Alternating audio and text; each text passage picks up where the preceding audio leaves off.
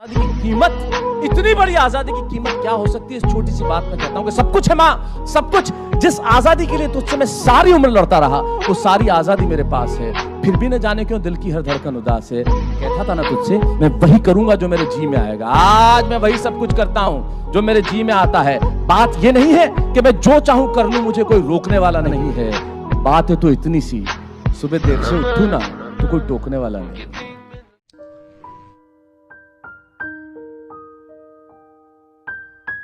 वो जो शब्द है, असल में उस पर कविताएं नहीं लिखी जा सकती। दुनिया की किसी भी कलम में इतनी ताकत नहीं है कि वो माँ पे कविताएं लिख सके। मैं तो बहुत छोटा कलमकार हूं, मैं माँ पे क्या कविताएं लिखूंगा। मैंने एक कविता सिर्फ ये लिखी है कि जब माँ हमारे पास होती है तब शायद उसके होने का एहसास नहीं होता। जब माँ नहीं होती तब जिंदगी क्या होती है, बस मैं ये कहना चाहता हूं। तब आप सुने उस कविता को। एक बहुत छोटी सी कहानी उस कविता के शुरू में कहता हूं। एक जंगल में एक संगीतकार मृदंग बजाता था। मृदंग ढोलक की तरह एक वाद्य को कहते हैं, और जब मृदंग बजाता तो एक बकरी का बच्चा वहां रोज आके खड़ा हो जाता। एक दिन बकरी का बच्चा वहां खड़ा हो जाता आके, तो मृदंग जो बजाता था संगीतकार, उसने उस मेमने से एक दिन पूछ लिया कि यार तुझे क्या मेरा सुर, मेरी ताल, मेरी लय बहुत अच्छी लगती है जो तू रोज यहाँ चला आता है? वो बोला मैं नहीं जानता कि आप क्या बजाते हैं, न मुझे सुर की समझ, न ताल की समझ, न लय की समझ। मैं तो बस इतना जानता हूं कि इस ढोलक पे, इस मृदंग पे जो चमड़ा मढ़ा है वो मेरे माँ के बदन से आया है। क्या बात है, बहुत अच्छे, वाह। जब इस पे थाप पड़ती है मैं आके खड़ा हो जाता हूं। बहुत अच्छा, वाह। मेरी कविता माँ के न रहने पे भीतर से पड़ी हुई थाप की कविता है, तब सुनाना चाहता हूं। इस कविता में अगर आपके आंसू बाहर की दुनिया की यात्रा करना चाहे तो रोकिएगा मत। अगर आपको ठीक लगे, जैसा कहता हूं, जब माँ नहीं होती तब जिंदगी क्या होती है। एक मुनव्वर राणा साहब का शेर उधार लेता हूं कि किसी के हिस्से में मकान आया, किसी के हिस्से में दुकान आई, मैं सबसे छोटा था, मेरे हिस्से में मां आई। क्या बात है, वाह वाह, बहुत अच्छा। तब कहता हूं कि कल जब उठकर काम पर जा रहा था तो अचानक लगा कि कोई रोक लेगा मुझे।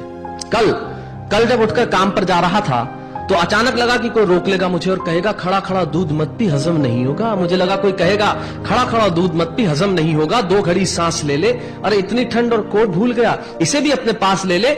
मन में सोचा मां रसोई से बोली होंगी जिसके हाथों में सना आटा होगा। अगली पंक्ति के खालीपन से जुड़े और जुड़े तो मुझे बताएं। मन में सोचा मां रसोई से बोली होंगी जिसके हाथों में सना आटा होगा, और पलट के देखा तो क्या मालूम था कि वहां सिर्फ सन्नाटा होगा। पलट के देखा तो क्या मालूम था कि वहां सिर्फ सन्नाटा होगा।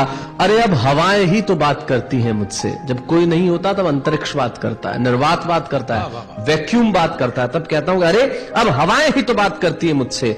लगता है जब जाऊंगा किसी खास काम से तो कोई कहेगा दही शक्कर खा ले बेटा, अच्छा शगुन होता है। कोई कहेगा गुड़ खा ले बेटा, अच्छा शगुन होता है। पर मन इसी बात के लिए तो रोता है कि सब कुछ है मां, सब कुछ। जिस आजादी के लिए तुझसे मैं सारी उम्र लड़ता रहा। आपने अपने बचपन में देखा होगा, माए हमें टोकती है, यहां मत जा, वहां मत जा, ये मत कर, वो मत कर। तब हम आजाद होना चाहते हैं, और आजादी की कीमत कितनी बड़ी देनी पड़ती है। अगर कम शब्दों में मैंने ठीक बात कह दी हो तो इसका एहसास मुझे जरूर कराइएगा कि सब कुछ है मां, सब कुछ। जिस आजादी के लिए तुझसे मैं सारी उम्र लड़ता रहा, वो सारी आजादी मेरे पास है, फिर भी न जाने क्यों दिल की हर धड़कन उदास है।